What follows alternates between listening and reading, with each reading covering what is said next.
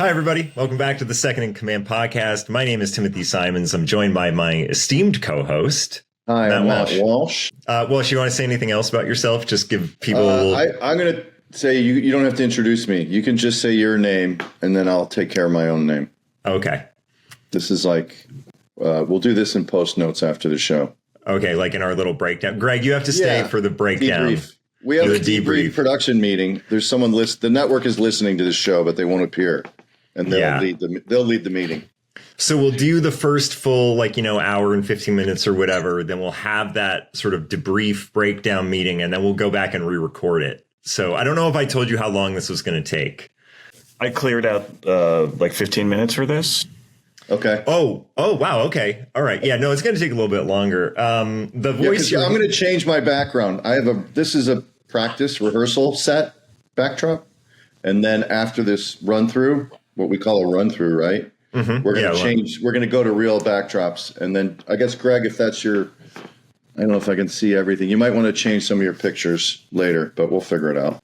We used to be a Veep Rewatch podcast, but now we do this. We examine the politics of cinema and cinema about politics. You've heard his voice already. We have the wonderful person, very smart man, Greg Mottola joining us. Director. About who you're about to introduce. We have another smart person coming in, and we were talking about them. But the voice you guys heard is Greg Mottola. Greg, how are you? I am very well, Tim. It's nice to see you guys.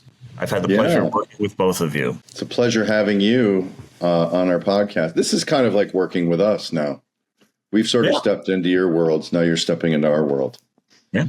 Walsh and I discussed before you came on that we were going to treat you as you treated us when we were working together. So if you want to maybe throw out any apologies for any of your behavior before we get into it. I find that treating actors with utter disdain gets the best out of them. So, hey, it's a process. Greg, I somehow had only very recently seen the movie The Daytrippers. I had missed it, even though I would consider myself like someone who very much came up watching the kinds of movies that Daytrippers was, that sort of like New York indie cinema. I had completely missed it until I was staying in a hotel room directly next to your hotel room. And and I loved it. And I wanted to ask, how did you get, before we get into the movie, how did you get into directing? When did you think that was something you wanted to do? Kind of bring us through for people who might not know you. I had a very provincial upbringing on Long Island. My family was modest. They were not big European cinema goers, but they love movies, particularly my dad. So, they took me to the movies a lot. I watched a lot of movies. Like every person who sees Star Wars at a certain age. I saw it when I was 12. It's it puts the thought in people's heads of, oh, yeah, maybe making movies is the coolest thing ever. And I had a teacher in high school who showed us Citizen Kane, and that kind of changed a little bit the way I thought about movies. And then I went to college. I was an art student.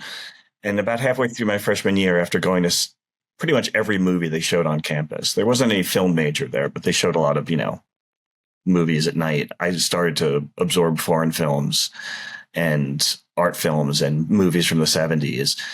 And I started to fantasize, is that something I could actually do? I made little Super 8 films when I was a kid, but so there was no place to study it there. So I took these classes at a place called Pittsburgh Filmmakers. I could double register through the University of Pittsburgh. I was at Carnegie Mellon. And through the University of Pittsburgh, I could get credit at Pittsburgh Filmmakers. And it was all indie documentary filmmakers, experimental filmmakers, all people who worked for George Romero, which is the only film job in town. And I worked for 2 weeks as an unpaid art department intern on Day of the Dead, the third in his zombie trilogy. Wait, the one at the mall? No, that's Dawn of the Dead. That's Dawn of the Dead. I'm sorry. Day of the Dead is it's in a cave. They've captured a zombie named Bub, and they're trying to see if there's any anything they could learn from a captive zombie, and then they discover there's actually some humanity left in there. And it's a weird movie, and there's like a famous jump scare where a bunch of hands, it's a dream sequence, where a bunch of zombie hands come through a cinder block wall, and I was like one of the people doing like scoring the back of styrofoam cinder blocks so we could how that was going to work. And like Tom Savini was there, and Greg Nicotero, who went on to do like Walking Dead, and Romero. So it was super cool first movie job. And when I graduated from art school, I decided I wanted to go to film school. So I went to Columbia for 3 years. Oh, well, it just kind of went on forever because I didn't know what to do with my life. And studied with, I had some great teachers. I had David Mamet for a directing class. I had for another directing class, and George Romero. So because Milos Forman was the head of the school then, he was attracting all these interesting people to come teach. Wow. Scorsese taught the semester before I started, so I didn't get to have him. But we always had like, great speakers coming through, like, John Borman or Gus Van Sant or whoever would come every Friday. We'd usually have a movie and a speaker. And my on-campus job was I was the projectionist. And my worst story was Arthur Hiller made this great movie written by Paddy Chayefsky called The Americanization of Emily with Julie Andrews, James Garner, and James Coburn. It's like a kind of relates to Strangelove, what we're going to talk about, because it's a black comedy. And Arthur Hiller was there watching it, and he hadn't watched decades, and he was sitting in the back of the theater watching it. And we had these terrible pre-World War II projectors that were just like something you would ripped out of a submarine. They always broke. They'd always like start the film the wrong way and then speed up and rip the shit out of the sprockets. And I was constantly, it was constantly destroying prints of film. And I was like so happy I got through the entire movie without a problem. And so I came out to watch the last reel because I liked the movie, and Arthur Hiller was sitting right there. And then suddenly it froze and started to melt. And I turned around and I had locked myself out of the projection. So I had to like run down the stairs and down a hall and get the key. And it was just, they didn't fire me though, because nobody wanted that job. So was there a fire? Did it start on fire? Was it one of those? No, it started to burn. Yeah. Yeah. Then I had to do like a quick splice and get it started again, but I apologize a lot to. So I don't think that's really cool. You asked me, but I gave you a lot more information than you wanted. No, I was actually brought up a question. Do you think, obviously there was going to be a value in somebody like Sidney Lumet teaching a class that you are taking. Was there anything that you got from that it went directly into you beginning to be a director, that was sort of like a one-to-one, something you learned in those classes that you brought to a set? Or have most of the stuff that's made you a better filmmaker and a better director, has that just come from experience? No, there's definitely things from that class. I don't let's see if I can remember an example, but I mean, and they're very different classes. George Ray Hill's class was just like a workshop. He showed us like a making of Butch Cassidy documentary, and he said, okay, that's the most I'm going to talk about my work. And then we would just bring in actors and scenes, and we would take a video camera and start shooting them. And it was like he was standing over our shoulder discussing like, why do you want to put the camera here? What about this? Is it a two-shot? Is it single? Is it an over? And it was just very nuts and bolts, which was really interesting for a guy with all that experience to be. But he wasn't an asshole about any of it. He was like super supportive and cool. David Mamet was the complete opposite. David Mamet like clearly was doing this as a favor and didn't really want to be there. And he recorded all the classes. He would cancel classes constantly. And the makeup classes would be like we'd go to the set of reshoots on the movie he was making at the time, which was a movie called Things Change, which are Montaigne and Don Amici. I was Don Amici's stand-in for a day because people mix us up a lot. And at one point, Don Amici came up to me and said, "Okay, kid," like my play. And it was some like makeup classes were like in the sound edit of that movie, and I'm like, this isn't really a class. But anyway, Mamet, when he did decide to hold the class, it was really interesting, and he would record all the sessions, And then like within a year, he put out a book called David Mamet on Directing Film. And it was our class. I mean, it was either what he said, or some chapters were like, Mamet student dialogue. And sometimes some of the dumb things in that book are things I said. But I could tell Mamet had did not respect or admire any of us. There was only 8 kids, and I think he thought we were just huge fucking losers. But he said some stuff that I will never forget. And some of it's like really probably basic theater stuff or storytelling stuff. But it was like either Plato, or Aristotle, or somebody said like the end of a drama should be surprising but inevitable. And I literally think about it every time I'm writing. Yeah. That if it doesn't have that feeling, the audience will probably not be satisfied. And it's, he stole it from Greek guy, but still. But he said a lot of interesting things about storytelling. Luckily he wasn't a right-wing lunatic at that point yet. He was just sort of a misanthrope. And I ran into him on the street once, a year later. I was on 57th Street, and I said, "Oh, hi, David. I was one of your students last year." And he looked at me, and he a little wheel turned in his head, and I swear to God, because he nodded a couple of times, I think he was saying, "Head like an egg, Greg." And he had a mnemonic device. He's like, "Oh, that bald student, head like an egg, Greg." Anyway, and then Mamet, who I stayed in touch with afterwards for, every now and then I'd drop by his office and say hi to him, and he gave me a copy of his book. He has a great book, and his book was very similar to the class because he talked about every aspect of making a movie, from, costume design, locations, cast, everything, all the, so we got to hear stories. One of my favorite stories of his was, and this is a real filmmaking thing that has stuck with me. He said when he made Long Day's Journey into Night, he did his version was with Katharine Hepburn and Jason Robards and Ralph Richardson, and I think Montgomery Clift. Was it Montgomery Clift? And he said, I started the film using very long, elegant lenses where everything was very pleasing to look at and carefully composed. And as the movie went on, the lenses got wider and wider. So by the end, you were very close to the actors and things were distorted and kind of grotesque. And so I rewatched it and I was like, oh, that's exactly what he did. But you don't think about it while you're watching the movie. You just feel it as you're getting kind of pulled closer to these very damaged people who've kids. And I remember asking him, did any critic ever notice that, or any film historian or any, and he's like, oh, of course not. They don't know anything about filmmaking. Well, that actually, I love a two-part. Yeah. I love a two-part question.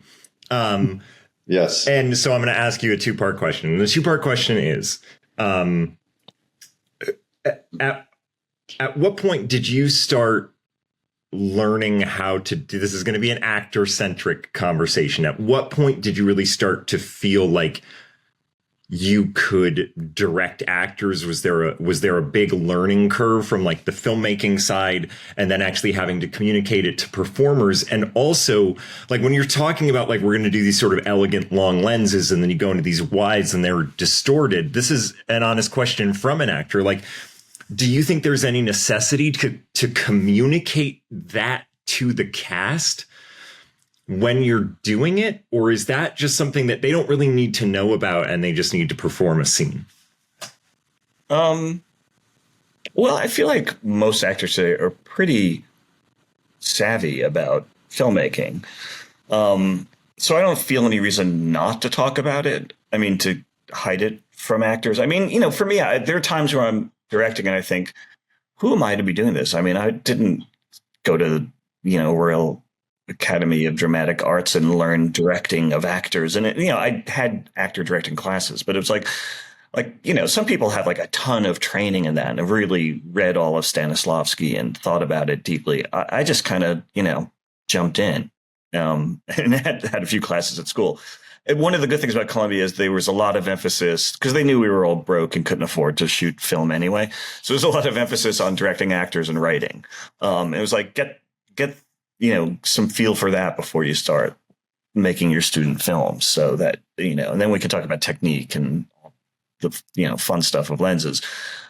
So I mean, for me, directing actors it's always just, it comes down to feeling. I mean, I'm trying to empathize with the fictional character and get inside the head of the person I'm asking to do it and try to give them something useful or get out of their way. I mean, sometimes I'm guilty when it's like, wow, this is going great, I don't have to say anything. I mean, Steven Soderbergh always said to me, directing is 90% casting. You have the right people, and a decent script. It makes life really easy for directors. But at the same time, I don't like to give actors a bullshit direction so they think I'm actually doing something. But if I feel that something could be better or different, or there's an alternate way worth pursuing, I'm always trying to figure out a way that makes sense from a behavior point of view. And then, sometimes I'll bring them in and say, I'm going to do this as a oneer. Means the timing all has to be, we can't drop a line or start again. And if it's not working, we'll do it a different way. And then if someone's a nerd like you and Matt, I'd love talking about the technical stuff because it's fun. Because people, it's like working with you guys, or someone like Bill Hader who just loves movies. It's just, it's like, I can't believe we get to do this. So that's just extra fun.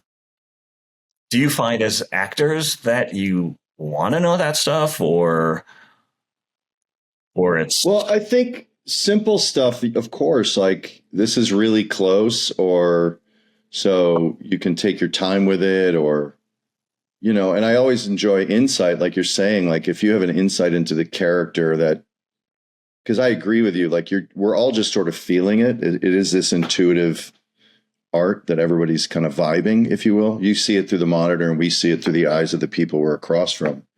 And you feel it when it's right and you're missing something. So I always enjoy when a director says, I think he's sort of still stuck with that fight in the garage or whatever backstory might be in the script. And then you're like, oh, part of me feels like, oh, I'm an idiot for missing it, for not having figured it out before we got on set. And part of me is just super grateful. I love that when directors give those kind of notes, because then it's like you have something to play with and try on the next take. And I love the technical stuff too, because framing is a lot of it. Like, stay still here or whatever. I think that helps, me create a usable take. But I was going to ask you briefly, is your tendency, or do you ever worry about if something's not working and someone's struggling or the scene is struggling? Do you get in your head of like, if I overnote this human being, then we're all screwed? Do you know what I mean? Yeah. I mean, sometimes you'll be on set and the showrunner or the writer or producer is like wanting things out of different moments in the scene. And if you go to that actor and give them a note on like 5 different places in their performance, I wouldn't be able to do it. Maybe there's some people who can do that, but so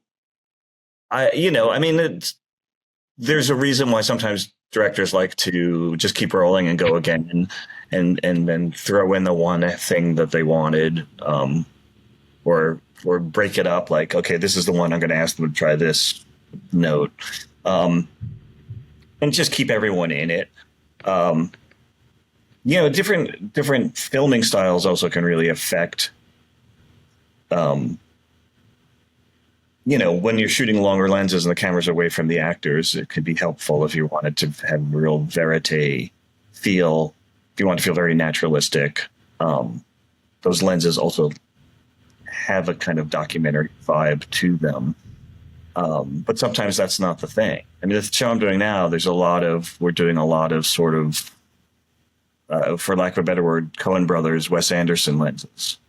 We're close and wide a lot. Yeah. But it's sort of a heightened world, and I'm not looking for pure naturalism. Can you ask me some more questions that I'll answer a different one? We absolutely could. What is... I'll give you an answer that you didn't ask for. Yeah. Which honestly is like a lesson that we all need. It's like an old politician lesson and it like works when you're doing like PR for shows or whatever. Like if somebody asks you a question and you don't really like the question, just answer the question you wish they had asked. Yeah.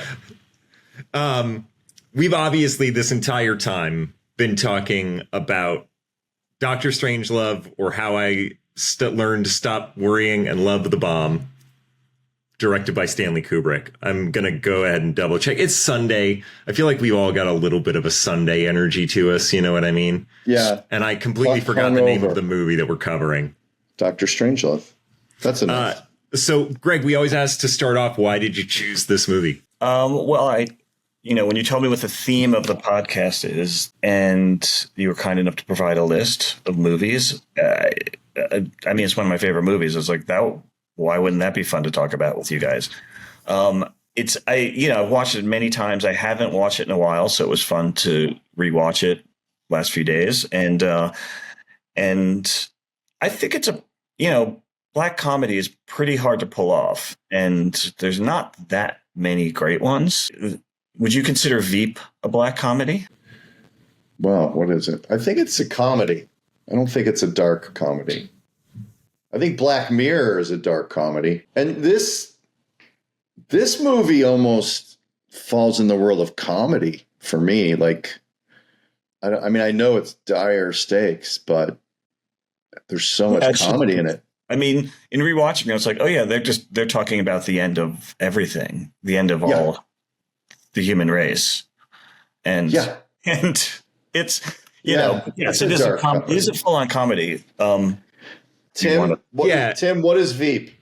Is it a dark comedy or a comedy for you? I think, I don't know. I'm actually trying to get my head around it. It might lead to a question also for Greg that you can just give us a different answer to than the question that was asked. But what do you think the parameters of a black comedy are? Only because I guess in my mind, I feel like Veep does lean a little bit more to, I would say, dark comedy, but still leads much more comedy, I guess, than black comedy. What do you think? What do you think are the hallmarks of a black comedy? I guess it's stuff that you're not supposed to make jokes about, like really diving into a subject matter you're not supposed to make jokes about, like people's deaths, the extinction of the human race, murdering your wife or husband, things that are just that one does not associate mirth with, and are kind of seemingly off limits, but then saying, nope, there's no rules. And that's my Sunday afternoon guess. I like that. And I think then by that definition, I would say Veep is not a black comedy, only because like there were like dark jokes, there were dark things commented on, but ultimately I think that we were doing something that was, I always said, like, when I was in an interview and I was asked a question and I just answered the question I wish they had asked, I would always say that, like, making fun of politicians is something that has happened ever since the first person called themselves a politician. Right. Like the very first thing that happened after somebody was like, I'm the first politician, is somebody raised their hand and they were like, I'm the first guy that makes fun of that guy. You know what I mean? Like that's something. So I feel like maybe by that definition, Veep falls definitely more into the comedy than black comedy. Yeah. I mean, ever since they invented the printing press, they also like started editorial cartoons making fun of politicians. Like it was like, oh yeah, we can draw this and put it in this thing we're making. It's almost like it wasn't like there was no taboo to doing it. You know what I mean? Like if you're making fun of the end of the world, there's a certain taboo that's people are going to turn their head away from. But making fun of politicians, has, like Tim was saying, has been going on since the beginning of the first politician. So black comedy as defined by artificial intelligence, by the way, guys. Which right now, the fact that we're using artificial intelligence to define black comedy is honestly kind of a black comedy itself. Yeah. Because it's the end of us all. It's comedy that makes light of serious taboo or painful subjects such as death, violence, political corruption, poverty, and other difficult topics. Jesus, Greg. I would rather do a podcast with AI than you guys. Maybe because your show was created by Armando Iannucci, who's a genius. My mind went to like a movie like Four Lions. Is that a black comedy? I mean, that's a pretty that's a black comedy. Subject matter. That's a black comedy. Yeah, because they blow themselves up. Yeah. But Greg, that like your definition that you kind of Sunday morning made up is pretty much what AI said. You know what? AI was probably listening to this and has somehow already aggregated it into the answer that Walsh got. And check your phone. There's an advertisement for a black comedy on your Instagram feed. You know, I would also throw out that, just speaking of Armando, that I think Death of Stalin, I would definitely say is like a black comedy as well. Yes. But yeah, I feel like Veep doesn't necessarily go as hard into black comedy as Death of Stalin does. But do we want to kick it to historian Walshy? Yeah, I just wanted to say that, unlike Tim, I remember where I was when I saw Daytrippers for the first time, Greg. We talked about this. I remember where I was. I was in room 505 at the Soho. I saw it when it came out, I guess is my bigger point. I saw it in the theaters like a real fan of indie cinema in New York City, right around the time that the Coen brothers Fargo came out. So I just want to shout out Daytrippers in the cinema. Lovely picture. Matt's the real cinema lover, and Tim's the. And I'm older. I'm a lot older. Blu-rays and pretends and goes on. Tim, are your Blu-rays in the background? By the way, are your Blu-rays back there? There they are. Oh, I got everything. Oh, nice. Oh, yeah, I see. Yeah, you know what? And I look at that. That's a little Frank Capra box set right there. Don't even worry about it. Yeah. Oh, you got time for Frank Capra, but not for Greg Mottola. I think Frank Capra is unfairly maligned sometimes by critics. They always accuse being so saccharine, but I don't know. A movie about Jimmy Stewart trying to kill himself. Yeah. Doesn't feel like the most saccharine Christmas movie ever made. I agree. And he's also really good. Orson Welles really respected him. He's a really good filmmaker. Talking about lenses, he really knows how to shoot, Capra. Yeah. I also, just like as a side note, that my wife, it's like a holiday tradition that we watch It's a Wonderful Life with the family, because that's what she did with her family growing up. And I think, just as somebody that has always been somewhat cynical, I always enjoyed it. I enjoyed the performances, but I honestly think this was but I would be down with the criticisms of it. That this fucking guy, he didn't want to do any of this. And at the end, they're like, oh, what's better than giving up on all of your dreams to then stay in your shitty small town? I don't know. You know what I mean? I think I would have been down with all those criticisms, but I just felt like when I watched it this year, it was the first time something finally clicked in that, I was with more saccharine parts of it, but it clicked in a larger way. That I think went beyond just isn't it so great to give up on your dreams and live in a small town? You know what I mean? Yeah. Well, because as paraphrase John Lennon, life's what happens when you're busy making other plans. In other words, life sucks and we're all stuck in it. So what are you going to do? Yeah. I think that was on the poster. Yeah. That's why it didn't do so well at the box office. Yeah. Didn't Frank Capra learn being a filmmaker because he was in the war? That was his job. I know he was making films in the war, but I think he was already a director before. A director. Okay. Because I think It Happened One Night. Clark Gable was before that. Before the war. Okay. Okay, so we are with. I think that movie set off World War II. I could be wrong about that. Wow. Yeah. Wow. No, I'm going to take your word. I'm not even going to look it up on our artificial intelligence. Why you're such a good historian. So we are seeing Dr. Strangelove. Greg Mottola suggested we watch it together. It was released in 1964. What was happening in that year up to that movie? We kind of take the whole year up until the release date. There was the Woolworth sit-in where, African Americans were sitting at a lunch counter and refused to remove themselves. That was tearing apart the seams of America. There was also Martin Luther King's speech on the Washington Mall, I Have a Dream. There was the horror of John Kennedy being shot, as well as Medgar Evers being shot. Lee Harvey Oswald was also shot. And those Kennedy and Oswald moments were on television, which was kind of the first time America like witnessed like TV violence, if you will, through the news and through their home television sets. Can I Yeah. Yeah, Greg, go ahead. I was just going to, we'll circle back to this, but the JFK's assassination actually had an impact on Strangelove, but that's a foreshadowing of the story I'm going to tell later. Oh, great. Okay. I just want to tell a story that I went to Dallas to go visit some family, and my brother-in-law was there, and we were like, well, let's go down to, Daily Plaza or whatever. And you go out there, and we were like sitting on the grassy knoll, and they have like these 2 X marks in the road where the bullets hit. And then we were like, and everybody makes like a big deal about like, oh, it couldn't have possibly been one shooter because that shot was so hard to make. And like, but you're sitting like on the grassy knoll and you're looking at the 2 X marks and you like look up at where the book depository window was. And I'm looking at it being like, I don't know, man, I feel like I could make that shot. Like it's like right there. It's like just like look across the room you're sitting in right now as you're listening to this, and it's just like over fucking there. You think you couldn't hit Kennedy from there? You could. Anyway, I'm just gonna say that. I believe you. You could make that shot. Yeah.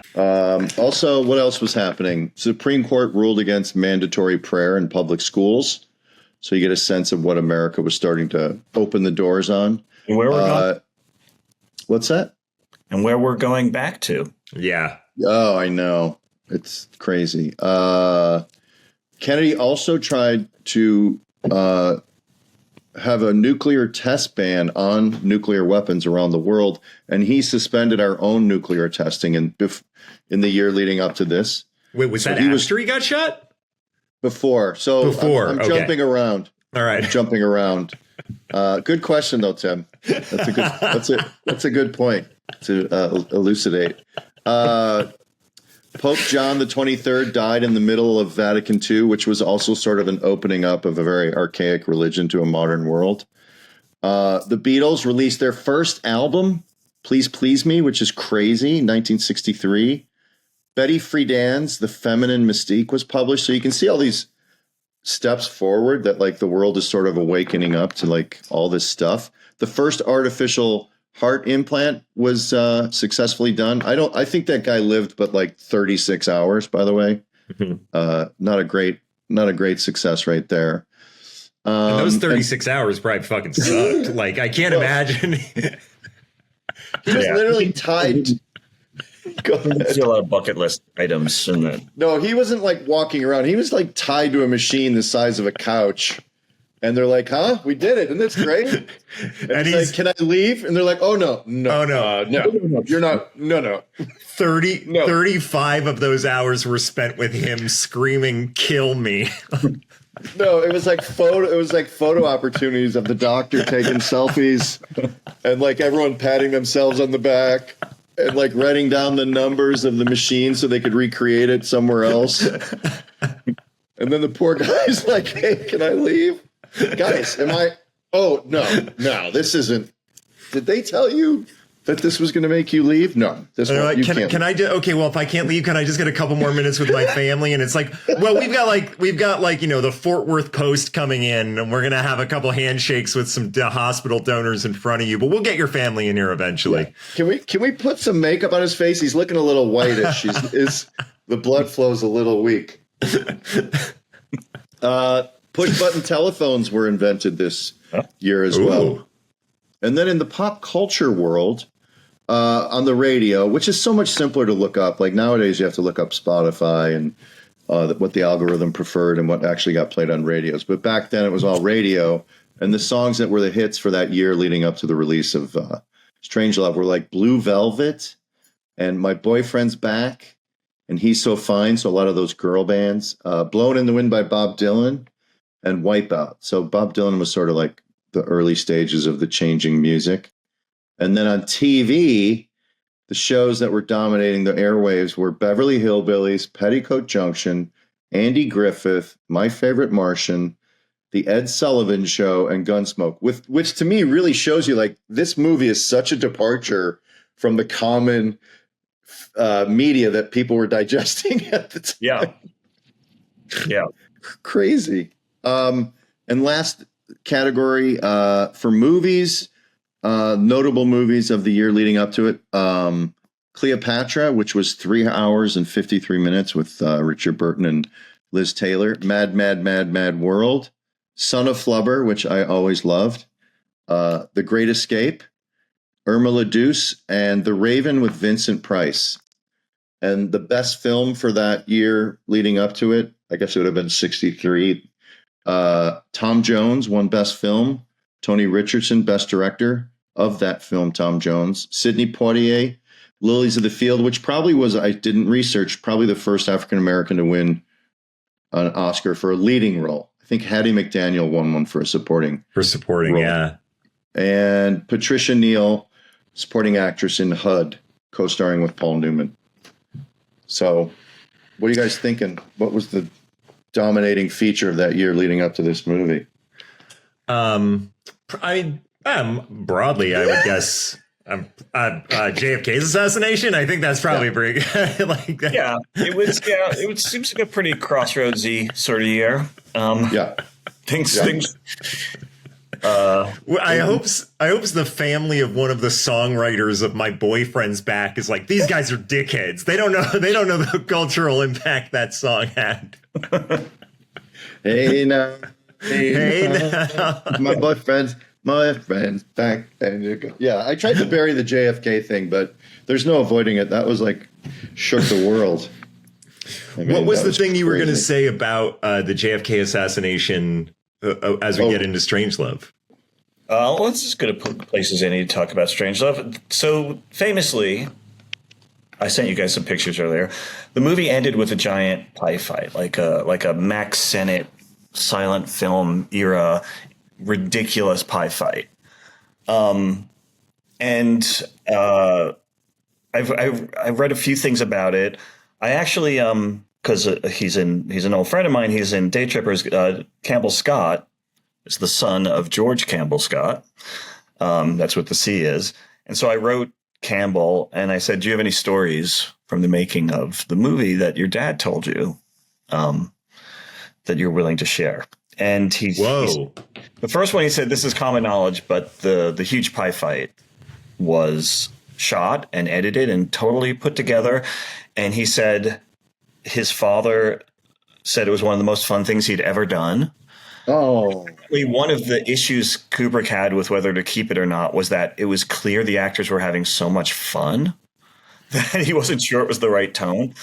But it was like a full-on insanity. Like, I sent you pictures. There's like pictures of George C. Scott on someone's shoulders, and he's got a stack of pies. And at one point, Peter Sellers and the guys playing the Russian premiere, or the president and the Russian premiere, are sitting on the floor making sandcastles out of pies, like children. And it's like super bonkers. And one of the things that happens in it is that the first pie that gets thrown is thrown at George C. Scott. He ducks, and it hits the president. What's his name? Muffley. Peter Sellers, Merkin Muffley. Merkin Muffley. And he gets knocked down, and George C. Scott stands up and says something about like our president has fallen or something. And literally the note they got from Columbia Pictures was JFK was assassinated right before the movie was going to come out. They said, we can't have a scene where someone's saying the president has fallen. Like, you know, what a terrible tragedy. Our president has fallen on this day or something, you know, ridiculously somber. Yeah. The other story I read, I found this online. Supposedly George C. Scott claims that a lot of it was directed by the assistant director because Kubrick didn't want anyone on the crew to think they could throw a pie at him. And he wore like the same coat every day, and he didn't want to get the coat ruined. Now, this is the story George C. Scott's told. I have no idea if that's true, but I think it's kind of funny. And he claimed he cut it because he didn't like the fact that he ended up not directing it, and he's such a control freak. He didn't direct it. Yeah. But Interesting. the footage exists. It's in the Kubrick estate. There is a cut that, if you can get permission from the Kubrick estate, you can watch the pie fight. So people have seen it. Like The Day the Clown Cried. Um, Yeah. of secret movies, only Patton Oswalt is allowed to see them. Yeah. Patton saw The Day the Clown Cried. He got special permission to watch it. How and where? I don't know. I don't know. Maybe the Kubrick estate called the Jerry Lewis estate.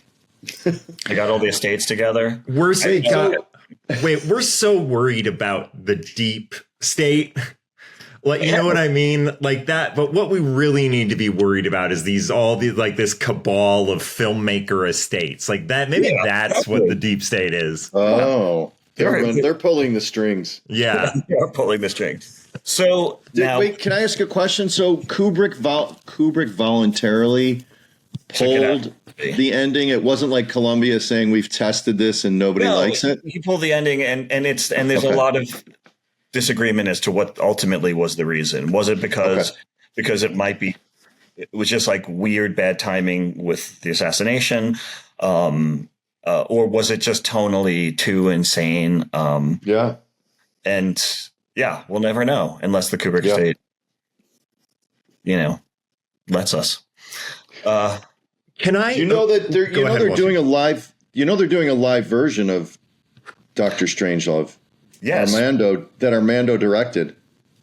Yeah, has that opened? I think it's in London, and Armando told me that his wife or daughter, whoever runs the estate, it lives up in the English countryside quite near Armando, and he happened to meet her or something, and they gave him permission to go through the original script or multiple versions of Stanley Kubrick's script on this. Wow. And he basically said there's only like 23 minutes of dialogue in this 90-minute movie. So he had to create a play that's 90-minute long. So he had to add, with their blessing, and I think they read his draft, like another hour's worth of dialogue to put it on stage, which I thought was interesting. And he was also talking about how he was allowed to see, in those script pages, it had like not only cut lines of dialogue, but like handwritten notes that Kubrick had like on the side of these scripts of ideas for other things. He like got like a lot of access to stuff from the. Yeah, it's pretty rad. And you know what I loved is you can see did you watch the trailer when you went back to watch this? No, I didn't. Oh my gosh. It's really kind of fun and kind of 60s, like chop cuts or fast cuts. It's very interesting. It's like, because he was a commercial director, wasn't he? Or he liked commercials. He was a photographer for Look magazine. But then I think he might have done commercials too. I mean, he knew a lot about cameras, and it very much showed his like commercial sensibility. Basically, it's cool. Well, one of the other things Campbell told me was that, not surprisingly, Peter Sellers improv'd a lot. Yeah, and a lot of takes were ruined by actors laughing. There were big wide shots in the war room, and you see a lot of people in the frame. And Campbell said, because his dad had a serious side. He said he thought that he might not be the kind of guy who would like this sort of looseness, but he said it was just Sellers was just so brilliant and so funny. Everyone's just so happy to be there and watch this guy invent stuff. I mean, to me, probably my favorite moment or the scene that never will get old to me is the first phone call he makes to the Russian premier, which is just Peter Sellers talking into a phone. It's like a Bob Newhart routine, and it goes on and on and on, and it just gets more ridiculous and more funny. And I don't know what was in the script, but I have to believe that Peter Sellers improv'd a lot of it, because there's a lot of like really, I don't know if you could call this contemporary comedy, but it's like there's a lot of like subtle things like it's implied that the premier, like he says to the premier, it's like, well, what the president says, this is why I'm calling you, because this terrible thing has happened. And it's obvious that there's a beat and he goes, well, no, I like to talk to you anytime. Yeah, yeah. Premier's like has hurt feelings. And there's like a lot of stuff like that, like absurd things that might happen in a phone call between two big egoed Strange Men. And it's so funny. It's such an incredible performance. But here's the next Campbell Scott fact. Can I just throw this out real quick? I noticed it because I think I rewatched it maybe a year ago and then did in the lead up to this over the last couple of days. There is a moment when Sellers is Dr. Strangelove and he's, like with the black glove and he's like doing the Hiles and he throws his hand down. The guy who's playing like the Russian ambassador, you fully see him break. You fully see him stifling a smile in the background. Yeah, because all that stuff just happened in the moment. It wasn't scripted that he could, the whole fighting his arm. There's a medical condition called alien limb or something. Or alien hand syndrome. And where like you lose control of one of your, and for a long time doctors just called it Dr. Strangelove hands. Like my favorite, so like the Strangelove hand. My favorite part is when the hand keeps trying to wheel him backwards. Yeah. It's like wheeling it backwards. And I think that might be where the Russian guy is like laughing. Yeah. It's so unbelievably funny. That run of Peter Sellers is so funny. At one point, it starts even choking him. He bites his hand. It's like the end of the movie. It's like they're talking about the most dire thing in the world. And in between it, he's just fighting his hand. And it's, but it must have been very hard to sit there and not laugh. But that's like tremendous faith on Stanley Kubrick, who is, like you said, a control freak. Like Peter Sellers' moment, let's say, where he's in the chair and he's talking about, we'll probably need 10 women to 1 man. Like there's probably a monologue there, right? That's on the page. But Stanley Kubrick is like letting him open it up, turning it into 10 minutes of film or rolling for 10 minutes. And it's very interesting how he that someone who's so controlling and so specific and precise can work with somebody who is just that kind of performer. I mean, it's not like, I don't know how much improv comedy there was in movies. Like when did that start? When did, obviously Sellers was brilliant at it. So I have to think most directors let him have those moments because he could do things that not many people could do. Lolita is the same way. There's like a scene in Lolita, he's playing the same guy, but he's always putting on different voices and pretending to be different people to fuck with James Mason. And there's like one scene where he's just like talking to him at like he's like supposed to be a dude, like a cop. And he's like, I see you there. You're a regular, sort of normal kind of guy with your regular daughter, and you seem like a real regular, normal kind of regular guy. It's like he's basically saying like, you're a freaking pervert with a child, and he just keeps saying regular and normal again. Such a funny way. And you see like James Mason getting really, really, and it's all like one shot. Like Sellers is facing the camera, James Mason is sitting behind him, and he had to just let him go. That's amazing. It's very interesting. I'm only kind of making this up in the moment, but I wonder only because everything Sellers does is, I guess this is my argument for why a control freak would allow Sellers to do this. Is it that maybe in every single thing that Sellers does in this improvisational way is still incredibly controlled and specific? Yeah. Even though it hasn't been pre-discussed or pre-blocked, he's like, I'm doing this, but every single moment is as clearly defined as Kubrick would have possibly wanted it to be. You know what I mean? Like it's not just throwing shit against the wall. Yeah, I suspect you're right. Peter Sellers rehearsed some of those bits. Like he knew he was going to do a lot of that physical comedy in the moment, and he was ready with it. He was ready with it when he got on set that day. Yeah. Like all great improv people, he's also was a great writer. Yes. Sure. What was the last Campbell Scott story you had? This one I had never heard, and it was really surprising. So the first time they're shooting a scene in the war room and Sellers is playing the president, he starts to act. He played him extremely fey. He played him basically as a gay man. And everyone was like, oh, that's a choice. And Kubrick like stopped and pulled Sellers aside and said, you can't play the president of the United States as like flamboyantly gay. I mean, I don't think you can do that. It's like, it doesn't make sense. And Sellers was like, well, why not? He's like, well, we never talked about it. Like, like Kubrick did not know this was going to happen. And so they went off and talked for a while. And then Sellers came back and played him as this sort of Midwestern guy who's very specific and nuanced and brilliant. But yeah, so some ideas maybe Kubrick said no to, apparently.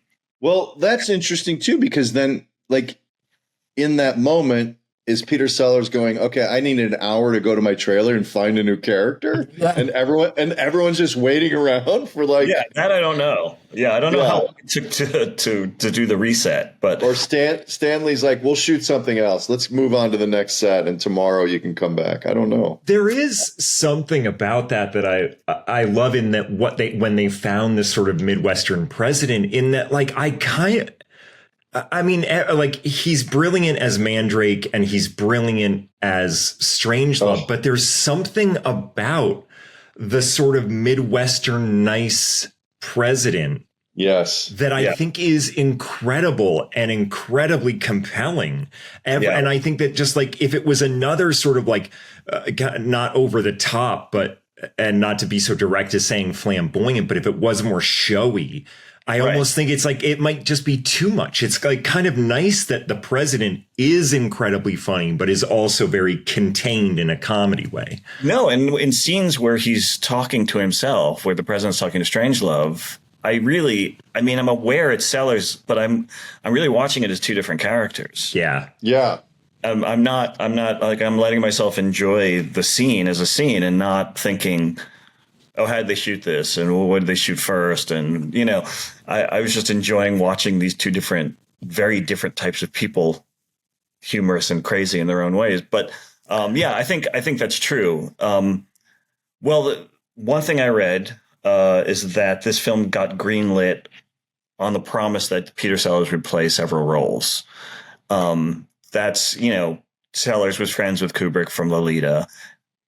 He had some movies come out where he played multiple roles already. So that was, something he was known for.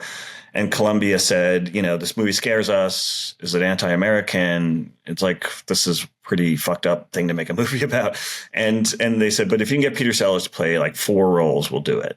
So like I texted you guys earlier, he was going to play the Slim Pickens role. Oh, wow. Major King Kong.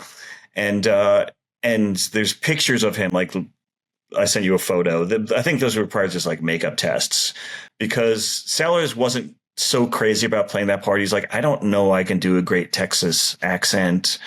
He was nervous about it.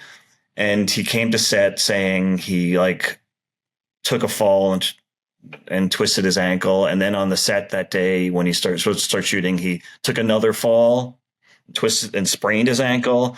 Oh. So I don't know if there's some craziness going on. But Kubrick said, okay, you don't seem to want to do this anyway. We'll recast. So the first person they went to was John Wayne, who did not respond. Oh, what? Why? I can't imagine. And then they went to, I had to write his name down because the guy who was in, I think he was Haas on Bonanza. Dan Blocker. Wow, good pull, Walshy. Thought the script was anti-American. So he wouldn't let his client do it. And then he remembered somehow, because Kubrick was Kubrick, he was friends with Marlon Brando. Marlon Brando had cast Slim Pickens in something. Slim Pickens that was like the first thing he'd ever done. He was like a rodeo guy. He was like a rodeo clown and rider. I mean, Slim Pickens always played Slim Pickens, but they told Slim Pickens, they said, this is not a comedy. This is a serious movie. So they said, just be you. and he's so perfect, but and it changed Slim Pickens' career. Like that made him a viable actor. He started to work a lot. I mean, he is fucking incredible in this movie. And one thing that I had never noticed before, and correct me if I'm wrong, I believe when he gets like the top secret secret command code R or whatever, when that comes in, I believe the first thing he does is they double check all the stuff and he's like, okay, yeah, validated, it's real, command code R or whatever. And then he goes to a safe in the cockpit and gets out a cowboy hat from his safe. Like he has kept it in there. Yeah, no, I know. And they said, like, when he came to London, like, he didn't have a passport. He'd never left America before. And Kubrick apparently was going through a divorce and wouldn't leave London. But I think the reality is Kubrick never got on a plane once he got to London. He hated flying, so he never left London ever. But they got some pictures there, and they was like, wow, he's really dedicated. He came in costume. And it's like, nope, that's how he is. He's always like that. And that's Slim Pickens. I do love that. I know he plays Major King Kong, but you also could call that character Slim Pickens and it works just as well. So this is going to be a direct ripoff from Blank Check, which is a podcast that I love, and they went through and did like a Kubrick series, and I can't remember the guy who brought this up, but they were talking about 2001. So I'm just also going to preface this by saying I had an incredible night last night and sort of accidentally did a Kubrick double feature because I had been talking to my wife for like 2.5 weeks of like, it's time to show the kids 2001. They've never seen it. Wow. I feel like this is a really important dad thing. The first time you show your kids 2001. I took my son to see it at a theater, years back.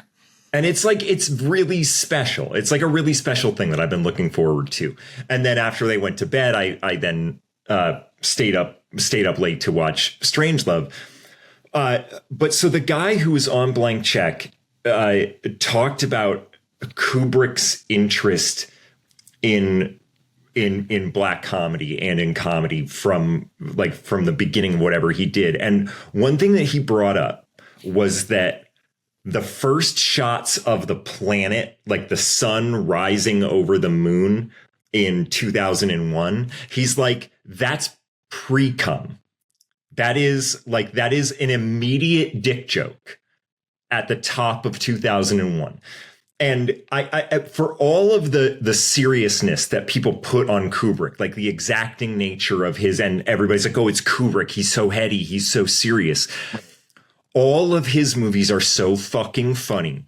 And the fact that Dr. Strangelove, one of the first things you see is like a weapon of war that looks exactly like a dick. The first thing you see is a dick. The names of the characters, and I'm going to go through like, they are attacking Burpelson Fort, Turgid, Premier Kissoff, and what is the president's name? Merkin Muffley. I mean, Merkin. Yeah, like Merkin, and then Muff is also, and like this is like some of the most direct. Jack D. Ripper. Yep. It's all the most direct and bawdy and almost like vaudevillian sex comedy in the middle of an incredible black comedy about nuclear holocaust. Do you know what I mean? One of the things I found online was some like psychiatrist, someone who wrote about like sex and the human mind, wrote Kubrick a fan letter about the movie saying, I saw so many jokes about human sexuality in it. And Kubrick was like, finally, somebody noticed. I mean, there's obvious things like Jack Ripper, like he's blaming fluoridated water for his impotence. Yes. And it's like, and he's going to destroy the entire planet because he couldn't get it up, basically. Yes. And there's a lot of stuff about like man. I think Ripper says, I decided to abstain from having sex from that point on. I think. I think he. Which is like, dude. He's denying women of his essence. So yes, that's it. Oh shit. Well, speaking of Daytrippers, Parker Posey is in Daytrippers. Parker Posey is in The White Lotus. Did you guys watch The White Lotus? Yeah. Yes. So the scene between Walton Goggins and Sam Rockwell? Sam Rockwell, when he's doing that monologue, I was looking at that one scene about Essence as being like, that is a precursor to that scene, because it's just Mandrake listening to him. And I think I wrote it down. Oh, fuck. What was his reaction to that? But it was like, basically at the end, Mandrake just kind of says something to the effect of, that's very interesting, Jack. After he's gone on this long monologue about his essence and denying and the fluoridation and all that shit. I kind of was like looking at those two scenes as like, this is one person saying an insane shit about their sex life.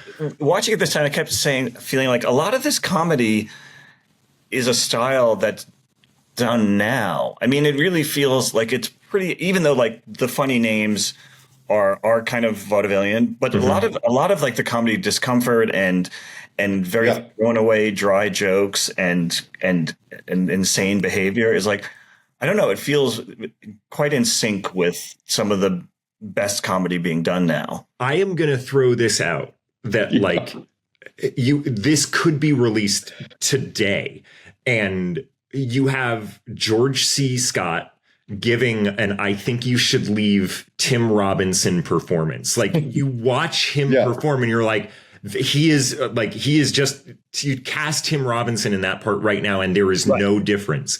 And also it is so relevant in like, what was the operation where all the Nazi rocket builders came over here? Operation. Overlord was Normandy. Overlord was Normandy. What was the name of that one? I don't know. So like we had they had all those Nazi scientists come over and design rockets for us. Yeah. So Werner von Braun was the model for Strangelove. Yeah. So like you have this like Nazi alien hand syndrome person talking about like, wouldn't it be amazing if we just like went into this cave and there were 10 women for every man and we would they would be very sexually attractive. So you basically just have Elon Musk in a wheelchair trying not to give Nazi salutes, talking about how he should be impregnating everybody. Good point. Hey everyone, today's show is sponsored by BetterHelp. Mental health awareness is growing, but there is still a lot of progress to be made. 26% of Americans who participated in a recent survey say that they have avoided seeking mental health support due to fear of judgment. And this is Mental Health Awareness Month. So let's encourage everyone to take care of their well-being and break the stigma, because the world is better when people are healthy and happy. Yeah, no judgment. Get over that, guys, because I personally have used BetterHelp. I specifically started during the pandemic. Being isolated in a weird world had its own effects, and obviously our lives affect those we live with and the people we care about. So I tried to work on it, and I connected with a very helpful listener and therapist, and I was very grateful that BetterHelp was available by Zoom. So it worked for me. That rules. BetterHelp, as well she said, is available fully online, making therapy affordable and convenient. And it serves over 5 million people worldwide. And you can easily switch therapists anytime at no extra cost. Yeah. So we're all better with help. Remember that. So visit betterhelp.com/Veep to get 10% off your first month. That's BetterHelp. HELP.com/Veep. It is a 1-to-1 for the modern day. It's a fucking wild thing that this came out 50 fucking years ago and could be released today and be as relevant. Well, when Sterling Hayden's going on about fluoridation in the water, I thought, RFK Jr. is trying to, like, he hates fluoridated water. Yes. This is still, we still have. But the Strangelove president is much more reasonable than our current president. Yes, that is true. He is the straight man in the insane world, isn't he? Yeah. But it is so wild. I was also wondering, like, Greg, because you seem to have done much more research than Tim and I, that disclaimer that comes in at the beginning of the movie is hilarious, because this is not a patriotic movie. Like, this doesn't encourage people to get behind the American war machine. This is saying, like, we're a bunch of idiots and we're going to end up killing the whole world. Yeah. I'm just curious. And morons Virgin, yeah. Yeah. And how did that disclaimer come into play? Like, did they watch it and go, yes, we realized we made a mistake giving you access to all this footage, even whatever they gave them. I feel like they gave them planes. Yeah. The heads of Columbia when they saw the final cut, they were really nervous about the movie. They were, I think they were afraid to release it and afraid of getting accused of being anti-American. And I don't know if like some of the voiceover, like the documentary style thing in the beginning was always there, or that was meant to kind of give it a context of like, we love this stuff, but yes, that I'm 100% sure that's why that was put in, that they were just trying to get ahead of, and the film ended up being successful. I mean, people actually really got the jokes. And it was, the world was changing. I mean, there was a new audience that were the ones who were buying the single for Blowing in the Wind and going to see Dylan, and that this really spoke to them, I'm sure. I actually, Walshy, I made that same note because as soon as it started coming up, I was like, either this has to be the studio being like, oh, fuck, we don't want to get in trouble. But there was a little part of me that thought, like, was this just like a Kubrick bit? You know what I mean? Like, I could see him. Funny. It is. It's so funny. Yeah. Yes. No, it's totally absurd. So it fits the movie. Yes. One of the things in reading about it, I should turn you guys on to Wikipedia. There's a lot of information there. It's never heard of it. Not as good as AI, but I don't know if this was a Wikipedia fact, but I read somewhere that the guy who wrote there's a book called Red Alert that Kubrick optioned. Mm-hmm. And so a lot of the kind of premise of the movie is from Red Alert, like this, the idea of the doomsday machine and how everything could go wrong. And if everything, if they tried to fix, but this one plane got through and they couldn't communicate with it, this is what would happen. I think that plot is from the book. And so Kubrick worked on it with the novelists, and they wrote some drafts, and Kubrick just decided at some point, like, this can't, the book is straight. The book is not a comedy. The book is not a satire. He's like, this has to be a black comedy. And that's where he got Terry Southern to work with him. And I think the original novelist was a little pissed off because he took the tone of it and completely changed it. He knew Terry Southern through Peter Sellers. Terry Southern had written a novel called The Magic Christian, which Peter Sellers loved. I love that book. It eventually was a movie that Peter Sellers was in. And I think I never saw it, but I think it's one of those sort of 60s movies like Casino Royale or What's New Pussycat, where there's like too many cameos and it's too swinging 60s, and it kind of doesn't get the book right. I think George Harrison may have produced that one as one of his first, really? movie ventures. I think so, or he had a hand in it. Yeah. Because Terry Southern's an interesting character. I mean, he was like living the life. Like, he was friends with everybody. He hung out with the Beatles. He's apparently on the cover of Sgt. Pepper's. He's one of the people in there, and he was hanging out with Andy Warhol, and like he was in on the scene. And Kubrick read the book and thought it was funny, and so he brought Terry Southern in to totally change it.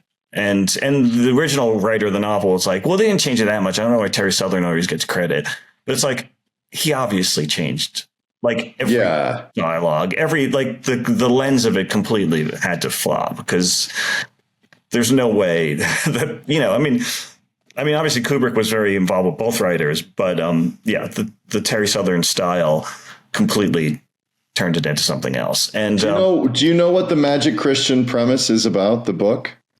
I do. I read a little bit about the book because I realized I had never read it. Yeah, it's like a rich guy doing pranks, right? He's like exactly. He's like a benevolent billionaire, like Elon Musk, let's say, and he's being all generous, so he's giving away millions of dollars. But he's like putting $1,000 bills in a big jar that's filled with glass shards, so poor people have to like pull out the $100 bills and try to not get their hand cut. It's like a precursor to reality television. Like, it's also completely that. It also kind of sounds like he's Mr. Beast. It's like, yes. Yeah. Like if you can just spend 100 days in this room by yourself with no light, you can get $100,000. Oh, thanks, man. Yeah, it's fun. It's very funny. It's cruel and funny. It's wonderful. But go ahead. Terry Southern ended up teaching screenwriting at Columbia Film School. Unfortunately, it was like right after I left there, but I knew taking him. And they said he was great. And sadly, he died on the steps of Dodge Hall, which is where the film school was on Columbia campus. He died of he collapsed on the steps of Dodge Hall, taken to the hospital and died in the hospital. He had something. I don't know if it was an aneurysm or a heart thing. But the other weird fact I read is that Kubrick and Southern were talking at one point about doing a sequel to Strangelove. Kubrick wasn't going to direct it, though. He didn't want to direct it. But it was called, and when Terry Southern died, they found like index cards where he was breaking out a story, and it was called Son of Strangelove, and it took place in the bunker where the human race was. So who knows? Oh. And it was like, I don't know if it was literally Strangelove's son or Strangelove and a lot of women. Like that. But and Kubrick's idea was that Terry Gilliam should direct it, and Terry Gilliam let this out after Terry Southern died, and people came to him and said, "Hey, Kubrick wanted you to do this movie if it ever came together." And Gilliam was like, "Wow, that's the best compliment I've ever gotten." Wow. Yeah. But that's pretty wild. But I like the fact that Terry Southern and Kubrick were still in each other's lives. Because I tend to hate all of my collaborators, mostly people I've worked with. Yeah. Yeah. That surprises me. Anything you want to air out here? Did we fucking do something to you that you want to talk about, Greg? Yeah. Let's chop it up. No. You know I love you guys. I wanted to just bring up like a couple things about George C. Scott. I don't know if this is true. And honestly, this feels like a great story that people tell, but there's no possible way it can be true. And the more I've watched it, the less I've believed it. That there was like a story at one point that Kubrick would roll on all the rehearsals and tell George C. Scott to tell George C. Scott to be really big and over the top because he wanted to do this very contained performance. And so he just ended up only using the rehearsals where he asked him to be big. And you know what I mean? Have you ever heard this story before, Walshy? No. Basically that he was like, all right, so like just warm up, do one that's like way over the top. And then all the other takes were him being very contained and serious. And he just used the over the top rehearsals. And the more I watch this, the more I am just like, there's no way that's true. George C. Scott is fucking incredible in this movie. From everything from like the way he pats his belly when he's like coming out of the bathroom from his secretary, like he knows what he's doing. And like when he hangs up, when he has the call with his secretary girlfriend, and he hangs up and he looks like a little boy who might get caught. I mean, you don't do that because it's a rehearsal. Yeah. And like the content of that call in the middle of all this is like, no, of course it's not only physical. I deeply respect you as a human being. And then later on in this conversation with Strangelove, where he's pitching all the women in the caves and in the bunker, you kind of see him like being, and I think he actually says like, so the concept of monogamy, that wouldn't be a problem in the, it's fucking incredible. Yeah. It sort of gets at the way men are ruining the world, doesn't it? This film. Yeah. It really, it's like men and their fucking dicks, security and their dicks are just gonna kill everything. Yes.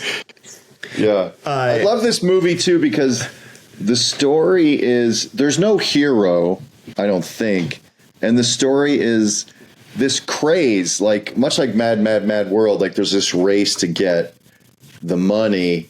There's a craze of like there's a race to stop the end of the world, but so it's almost like, I don't know what form it is. Like, is it a Greek tragedy where the gods are pulling the strings and these poor puppet human beings are just trying to survive? Because there's no like movies like this don't get made a lot now, I don't think. You know what I mean? They're responding to a huge overstructure that is completely out of their hands, and you don't track any one single character through all the environments. It's just all over the world being populated by the same level of insanity. Yes, and another great character name that wasn't on your list was Colonel Bat Guano. Yes. Oh my God. I actually thought about writing that down, but I was like, that can't possibly. that can't possibly. I also love that I wrote this one down. Keenan Wynn. That was Keenan Wynn, wasn't it? Yeah, so it was Keenan Wynn. I love that actor. Disney movies as a kid. Yeah. Yeah. I love that guy. When he, when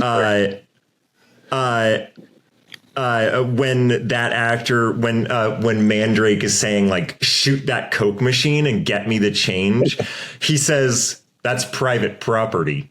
Like, I feel like, I guess like off of what you were saying, Walsh, about the hero, one thing that I could maybe argue, and of course this is like a perversion of American heroism, but Slim Pickens kind of is a hero. Like in any other movie about about like a B-52 bomber pilot, everything Slim Pickens does is like the epitome of an American film war hero, in that he perseveres, he problem solves, and when it comes down to it, he's going to get the fucking job done. Himself, yeah. He sacrifices himself for the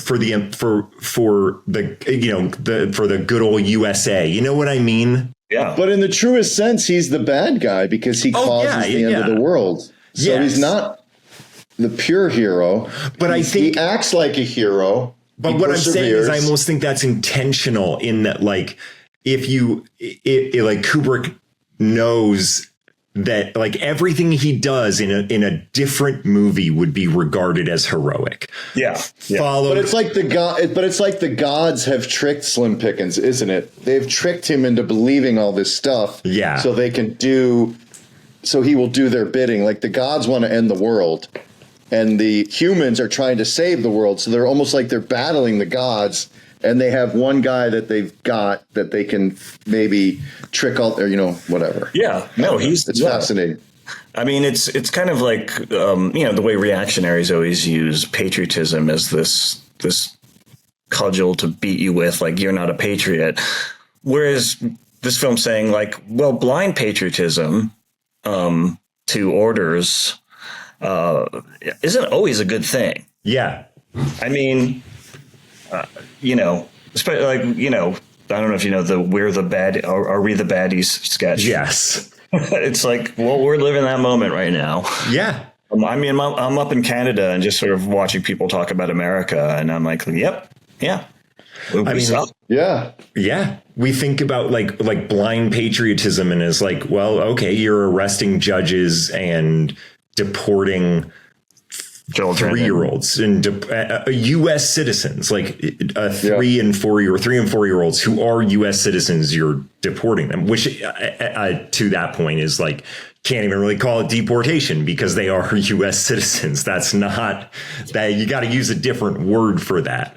And so blind patriotism behind that is not a good thing. But Washi, let's do our questions. Let's start off with Letterboxd. So, Greg, we're going to try a new segment, which is we're going to just sort of improvise a Letterboxd review that will then sort of transcribe and create our own Letterboxd for Second in Command. See, now I'm gonna choke. Well, we'll use yours. You can imagine I didn't go and just say whatever you want. Do you know what Letterboxd is? Do you know what the internet is? Okay. I logged Daytrippers on it when I watched the movie Daytrippers. I was afraid to see what you said because I put turgid. Hack bullshit by the director in the opposite hotel room from me. More like day snoozers.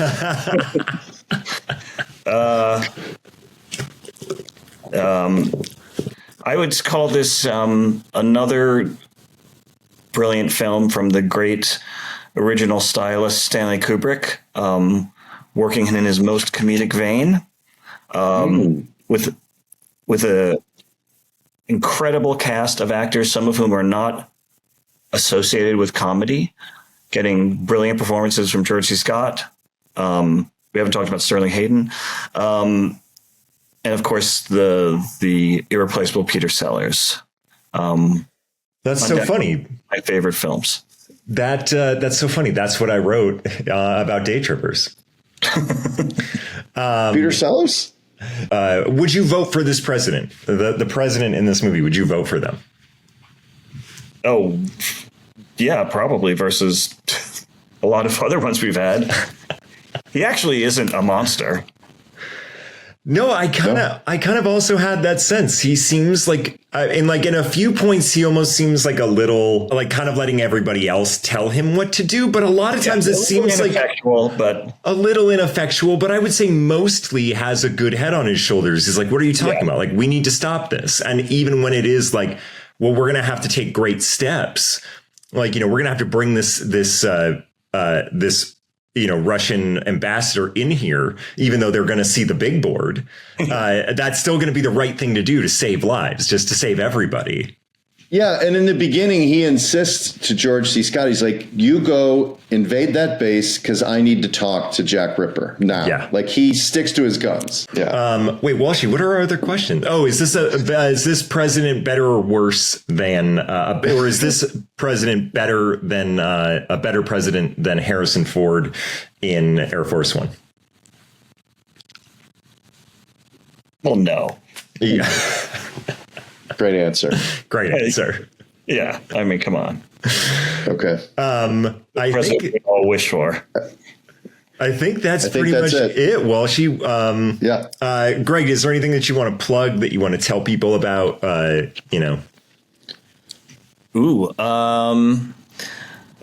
just got the chance to work on some stuff this year that I really enjoyed doing. I did 2 episodes of Peacemaker that will air in August that I had a tremendous amount of fun making, and a new show that I'm doing here in Toronto called The Miniature Wife with Elizabeth Banks and Matthew McFadden. Big cast. Which I've also had a great experience doing. And I just miss the days where you were my next door neighbor, my funny next door neighbor at the Soho Hotel. I was working overnights, Walsh, and I would send pictures of me in front of Greg's door at like 4:15 a.m., like doing like a thumbs up, just trying to do the creepiest shit. Yeah, that's funny. That's funny. Greg, thank you so much for being for coming on with us, man. We really appreciate it. I hope I wasn't terrible. Man, this was fantastic. Thank you. It was really fun to talk to you guys about this. Yeah. All right, we've been Second in Command. We used to be a Veep Rewatch podcast, but now we do this. We examine the politics of cinema and the cinema of politics. You can find us on Patreon, patreon.com/Second in Command. The first episode of every month entirely free and available to everyone. After that, you got to subscribe. So go to patreon.com/Second in Command. And there's like bonus stuff there. You have access to the entire Veep Rewatch catalog that we did. And also we do the 5 questions with all of our guests. We've got Throwback Thursdays. I go back into the archives to find old Veep pictures from set and throw those out there. So look for that. Oh, yeah. And we'll get the photos that Greg sent us up for this episode. Oh, right? Yeah. We've got the pie fight photos. Thanks for listening. Like Tim said, you can get us first Monday every month free anywhere you get your podcasts. After that, find us on Patreon. We appreciate all you guys caring about our silly show. Peace. Yeah. Thank you, guys. All right, Greg. So now we're going to do this little 5 questions thing, and then we'll wrap it up. So it doesn't have to be related to anything that has come before. It's sort of like up on Patreon as a separate thing. It'll just be 5 questions with Greg Mottola. All right, everybody. Hi, we're back. We're here with Greg Mottola, who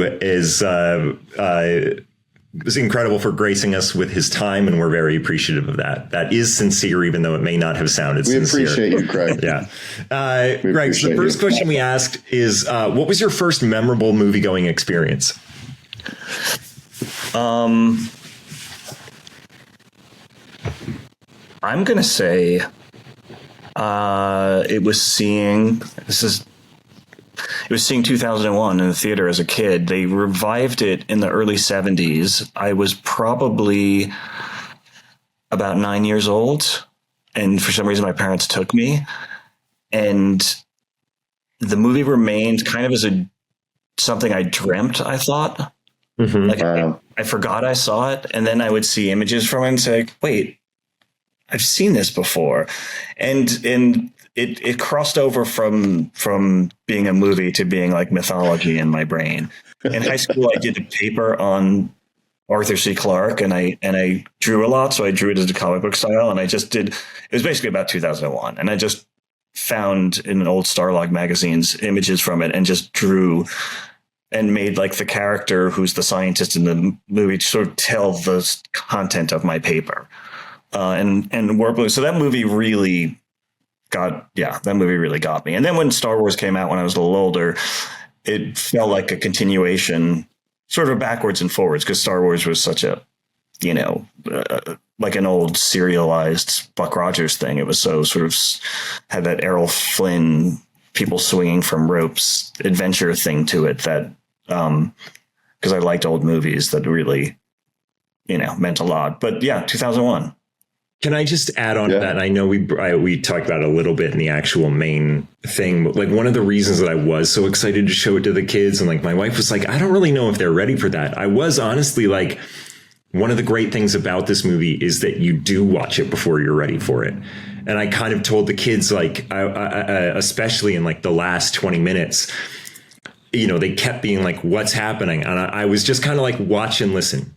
That's it. Just watch and listen. It could be explainable, but part of the experience of this movie is maybe watching it a little bit too early and just having it in your brain and dreaming about it. You know what I mean?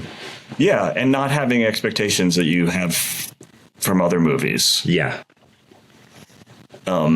Yeah. Well, wouldn't it be weird if the movie didn't exist and all those things you were drawing, Greg, was just humanity's collective unconscious? Very Jungian. You went very Jungian there. I like that. I mean, I'm just thinking you've channeled something that sense of like, did I see this? Or how are these images in my head is perfect. Cause I think that's how I experienced it first as well. And it makes me think that Kubrick was into the collective unconscious. Cause you're saying, he's getting in our heads and we don't even understand what's happening, but it's imprinted now. Yeah. All these images. Well, I had a question, Greg. Is there an area of expertise or a talent you have that might surprise people? Like you have an encyclopedic knowledge about some area or a curious passion about some subject matter that people might be surprised by? I don't know if this would surprise anybody. I mean, like I said, I used to draw a lot. That's kind of how I lived as a child, was drawing constantly. And I haven't done it that much as an adult. The sort of passion I have, this is pretty geeky, and it's often a subject of comedy, is I love jazz music, and I have like a couple thousand jazz albums. Whoa. It started with my dad, who grew up in the swing era, who would play a lot of Sinatra and Tony Bennett and Sarah Vaughan and Ella Fitzgerald and big band music, and my brother had no interest in it, and I liked it. And then I got to college and had a friend who turned me on to modern jazz and, everything from Charlie Parker through Coltrane and Miles Davis. And the other thing I ever say to people who don't particularly like jazz or think they don't like jazz is like, you're probably thinking of really bad jazz when you say that. Yeah. People just don't like I had a girlfriend who was like, I don't like music that doesn't have singing, that doesn't have vocals. And I was like, okay, I don't know what I can do with that. I mean, there's a few centuries of classical music that I guess off the table. It's opera for you. I really love it. Slightly in that male obsessive way of collecting too. But like, I moved to LA in 2001. When I was living in LA for like 3 years, vinyl hadn't really come back yet, but Amoeba Records was there. And I started to collect all of this like West Coast jazz, which was all stuff that all these players that came out of big bands, people like Stan Getz and Chet Baker were the more famous ones, but there's a whole slew of great, and some of them are still alive. This guy named Jack Sheldon I used to go see in LA all the time, who's most famous for singing I'm Just a Bill for Schoolhouse Rock. Oh, wow. He was a pal of Chet Baker's, and he was really funny. He was like the band leader on the Merv Griffin show, I think, or the Mike Douglas show. I can't remember which. And he was like his Doc Severinsen, and yeah, he was. I loved it. He's passed the last few years, but he was That's interesting. A lot of pleasure from it. So nice. You see a lot of Kenny G. What I'm hearing is you see a lot of Kenny G. A lot of smooth jazz, a lot of fusion. I like it when a bass player is just like grooving and he's bass. That's what I like. None of the stand-up stuff. I was on a plane with Kenny G once. He put his like saxophone or whatever up in like the overhead compartment. Overhead? Yeah. Wow. Greg, it's so funny that Welsh had a question because I also have another question. Oh my God. Yeah, no, I do. Has there ever been a time that you've been close to death? Oh, that was going to be my question. Sorry. That's Took it from you. I can't say that there has. Was there ever a moment you thought you might die? You overreacted and were so scared? The only car accident I've ever been in, it was in Los Angeles. I was stopped at a light. I was on the phone with somebody and I heard a scream and I turned and a car was rolling down an inclined driveway toward me. Oh, it was a very steep driveway and it was a large SUV and it was getting faster and faster and faster. And the scream I heard was a child in the back seat of the car. And I glanced and I saw an older woman, turned out to be the grandmother. She'd left the car in neutral and gotten out. And I thought, someone's going to die. Could be me, could be the kid, could be both of us. But you know how things, the cliche of things slowing down. Like I had that little Matrix moment of like, thank God it's a red light. Because it's like a 4-lane busy road. If it wasn't, this car would have rolled into traffic.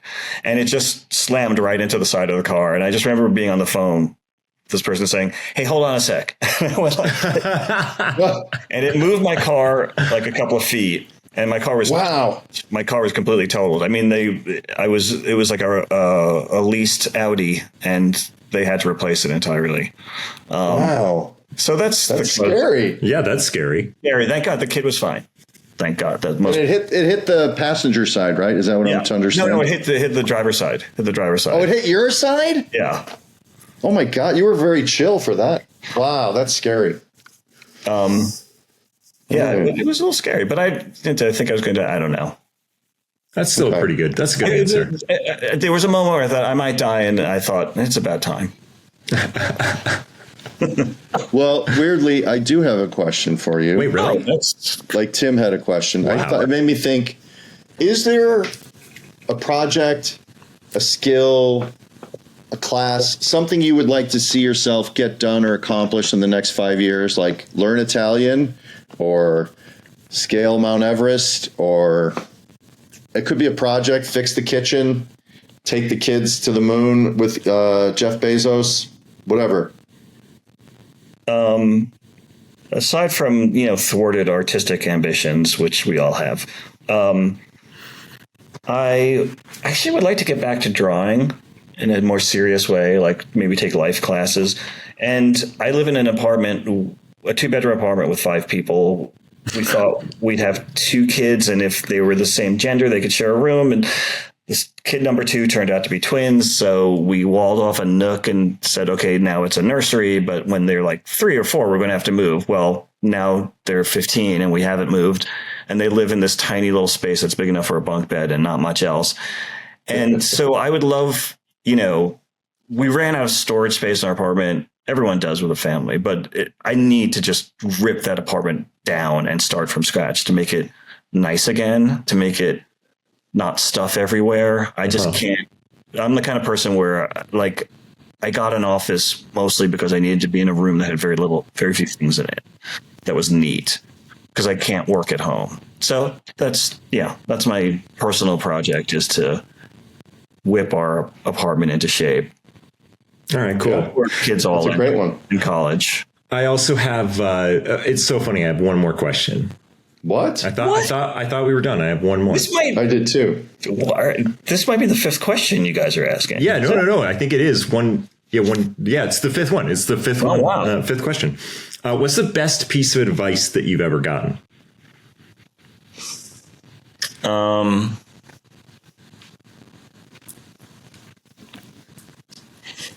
Well, this relates to my profession, and it came from Steven Soderbergh, who's an old friend. I met him. Yep, Name dropper. Dunking on both of us.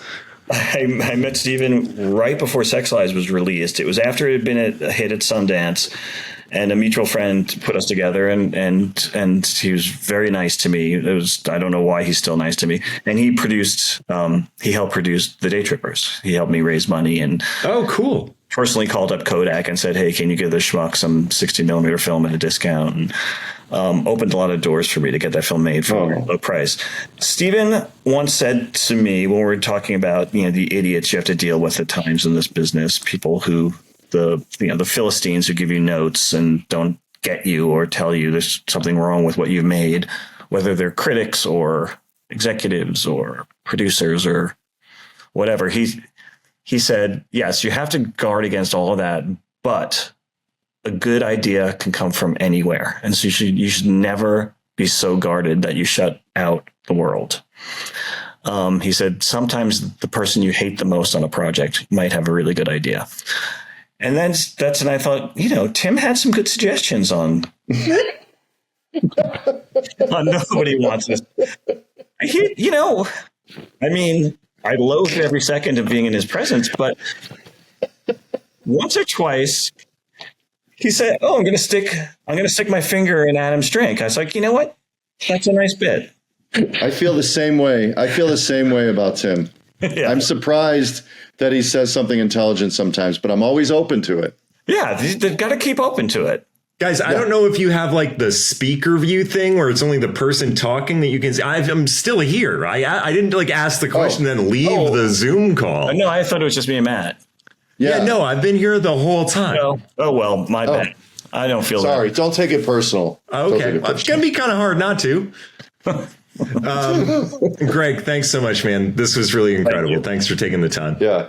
Thank you, Greg. All right. I hope to get to work with you guys again. I hope so too, even after what you just said. Even after the horrible thing I just said. Yeah. All right. See you soon, man.